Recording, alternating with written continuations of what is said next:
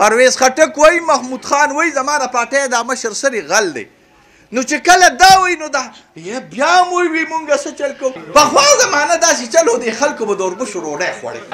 د اوربشو ډوډۍ چې به خلکو خوړې د غنمو ډوډۍ لکه داسې پسته ده دا ګیس نه پیدا کوي او د اوربشو ډوډۍ داسې لږ ګیس پیدا کوي. بس د اوربشو ډوډۍ به خلکو خوړې ګیس پې پیدا کو د یو سړي واده او ښه په دې دوندونو کې په دې یخنۍ کې واده وکړو. چې واده وکړو نو نور دا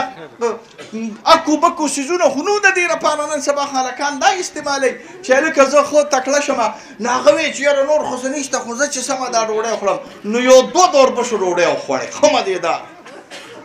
بیا چې ډوډۍ وخوړې نو په خامخا په دې یخنۍ کې خو چې سړی د خپلې ښځې نه جدا سملي نو خدای دې غرق نه کړي نو دواړه سره سملاستل خانجي چې سملاستل واتې نه لاړه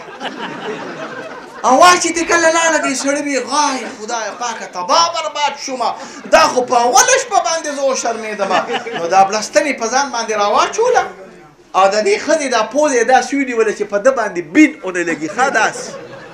وی تاله به نتکې کومه تاله به والې کومه مقصد یې دا دی چې دا بین پې ونه لګي تاله به نتکې کومه تاله به والې کومه شاته به یې دا بړستن په خپه باندې وواله چې دا ګي سوځي تاله به نتکې کومه تاله به والې کومه ښځه ورته وایي کور دې د بیردین جومات شه نه دې راله والې وکړې او نه دې رانه نتکې وکړه ستا دې رانه وویستم نه دې کړم پرې مې ده ګورې تاسو سره پی ټي آی مکه کار وکړه دا ولې شپې ناوې دنه جوړې کړي دي ښه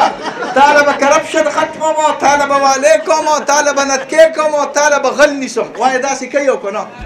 کور دې روان نه شه غل خو ته په خپله باندې تا کې خو کرپشن د ټولو نه زیات موجود دی تا زما صوبه د ټولو نه زیاته قرارداري کړه تا خو ما هغه د اوربشو د ډوډۍ والا د اولې شپې ناوې جوړه کړې ده پوزه دې راله نیولې ده چې زه به کرپشن ختموم کرپشن په تا کې نه زیات راغی بس خبرې پرېږدې